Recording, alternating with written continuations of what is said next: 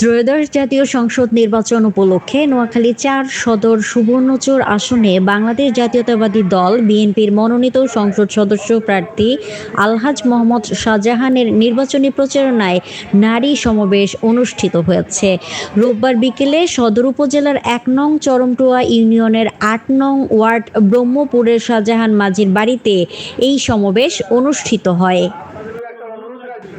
এ সময় উদয় সাদুরহাট বাজারের বিশিষ্ট ব্যবসায়ী কামাল হোসেন সোহাগের সার্বিক সহযোগিতায় সমাবেশে বিভিন্ন ওয়ার্ড থেকে আগত কয়েক হাজার নারী অংশগ্রহণ করেন। সমাবেশে ১ নং চরমটুয়া ইউনিয়ন স্বেচ্ছাসেবক দলের সাধারণ সম্পাদক পদপ্রার্থী ফরহাদ রেজার সঞ্চালনায় অনুষ্ঠানের প্রধান অতিথি হিসেবে বক্তব্য রাখেন কেন্দ্রীয় নির্বাহী কমিটির ভাইস চেয়ারম্যান মোহাম্মদ শাহজাহানের পুত্রবধূ নীলিমা আক্তার আনিকা। সমাবেশে বিশেষ অতিথি হিসেবে বক্তব্য রাখেন নোয়াখালী সদর উপজেলা বিএনপির সাবেক সিনিয়র যুগ্ম সাধারণ সম্পাদক আনোয়ার হোসেন বাবুল, সাবেক সহ সভাপতি হুমায়ুন কবির তালুকদার, সাবেক সহ সভাপতি মোতাহার হোসেন বাচ্চু, সাবেক সহ সাধারণ সম্পাদক শিহাব চৌধুরী, সাবেক দপ্তর সম্পাদক সুজন মঞ্জু, ১ নং চরমটুয়া ইউনিয়ন বিএনপির সাবেক সভাপতি সালেহ উদ্দিন আহমেদ চৌধুরী দুলাল ও সাবেক সাধারণ সম্পাদক কাজী সাইফুল ইসলাম সেলিম সহ আরও অনেকে। অনুষ্ঠানে বক্তারা বলেন, বিএনপি ক্ষমতায় এলে ইউনিয়নের প্রতিটি ওয়ার্ডে স্বাস্থ্য সেবা নিশ্চিতে স্বাস্থ্যকর্মী নিয়োগ করা হবে।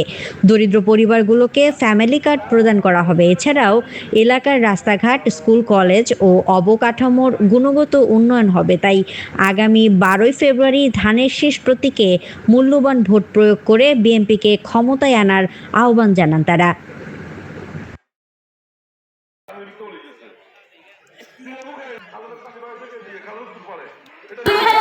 আমার প্রত্যেকটা মা বোনকে সচেতন করার জন্য যে আপনারা যদি সচেতন হন, আপনারা যদি আপনাদের অধিকার সচেতন হন, তাহলে এই সমাজ থেকে নারী নির্যাতন থাকবে না, ঠিক না?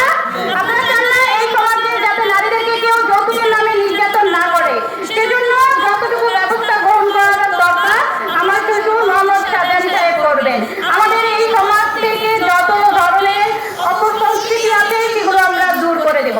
আমরা সবাই মিলেমিশে এই সমাজের জন্য, এই সমাজের উন্নয়নের জন্য, নারীদের কর্মসংস্থান সৃষ্টির জন্য, নারীদের স্বাস্থ্য সেবা নির্ধারণ করার জন্য আমরা সর্বোচ্চ ব্যবস্থা গ্রহণ করব।